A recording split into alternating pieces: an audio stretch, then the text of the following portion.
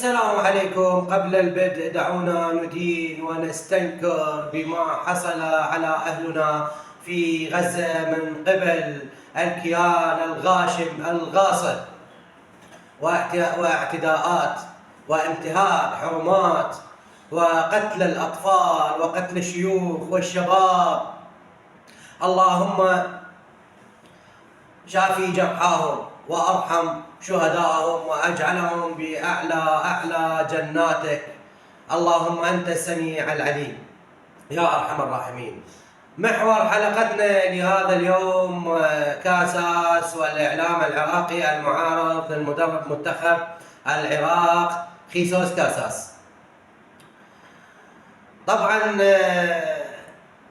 بعد مباراة الأردن صرح مدرب منتخب العراق وقال ما عاجبه أداء المنتخب العراقي يروح يشاهد مباراة الأرجنتين، فقامت الدنيا ولم تقعد. واحد يقول لازم نشتكي عليه ونقاضي قضائيا، واحد يقول هذا استهزاء بمنتخبنا الوطني، وواحد يقول لازم ينطرد كاساس. فاني توصية من مدرب منتخبنا الوطني، رحت شاهدت مباراة الأرجنتين. فمن شاهدت مباراة الأرجنتين عرفت شنو اللي قصده مدرب منتخبنا الوطني.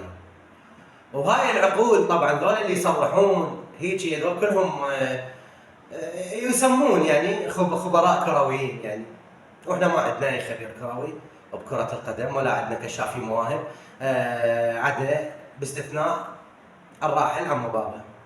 خلاص ما عندنا اي مدرب بالعراق، كلهم ذولا ممرنين وليس مدربين، لانه ما متواصلين ويا العالم. فشاهدت مباراة الأرجنتين، لقيتها ويا منتخب الأندونيسي. طبعا رغم ضعف أداء المنتخب الأندونيسي بالشوط الأول، هم حصلوا على هجمتين. المنتخب الأندونيسي المفروض يصيرن قواله، يصيرن أهداف، فرصتين خطرة. طبعا المنتخب الأندونيسي بدأ بطريقة لعب 3-5-2، وبأثناء اللعب غيرها 5-3-2. هاي الطريقة. فبالشوط الأول كان باحث على أسلوب لكي يستغل الهجمات المرتدة ويستثمرها أهداف، فما لقى هذا الأسلوب. بالشوط الثاني المدرب الكوري مدرب منتخب الأندونيسي تشين هاك سوى 3 تغييرات. لعب ويا منتخب الأرجنتين الند بالند، حصل على هجمات، سدد، جار المنتخب الأرجنتيني. فالمنتخب الأندونيسي منتخب متطور للغاية. طبعا أنا عديت لكم تقرير للمنتخب الأندونيسي. ليش؟ لأنه احنا 16 بالشهر القادم راح أول لعبة نلعبها ويا المنتخب الأندونيسي بالبصرة ضمن تصفيات كأس العالم. فالمنتخب الأندونيسي متطور، عنده لاعبين مجنسين وعنده لاعبين أيضا مقتربين يعني في دوريات أوروبية، فتمريراتهم، سرعة تمريراتهم، فريق جدا محترم المنتخب الأندونيسي. فشفت قوة المنتخب الأندونيسي أو ضعفه. طبعا عنده حارس ممتاز، عنده دفاع يلعب بمنظومة دفاعية جيدة، عنده لاعبين في منتصف الملعب جدا جيدين. ما يعيب الفريق الأندونيسي فقط الهداف، لأنه المنتخب الأندونيسي لعب 3 مباريات، فاز على الصين 2-0، تعادل ويا فلسطين 0-0 بعد الهجمات الغزيرة على منتخب فلسطين، وقدم مستوى المنتخب الأندونيسي ما سجل.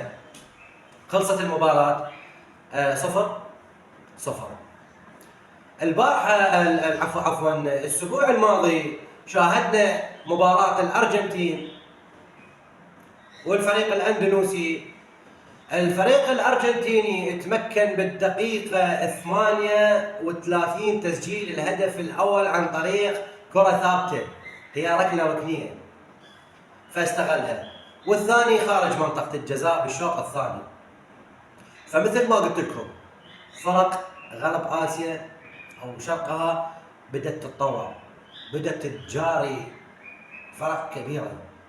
وأنا بالنسبة لي هو أكثر تنظيم من منتخبنا بالمناسبة، لأنه منتخبنا حاليا بمرحلة إعداد وتجريب لاعبين، فما يصير فريق منظم.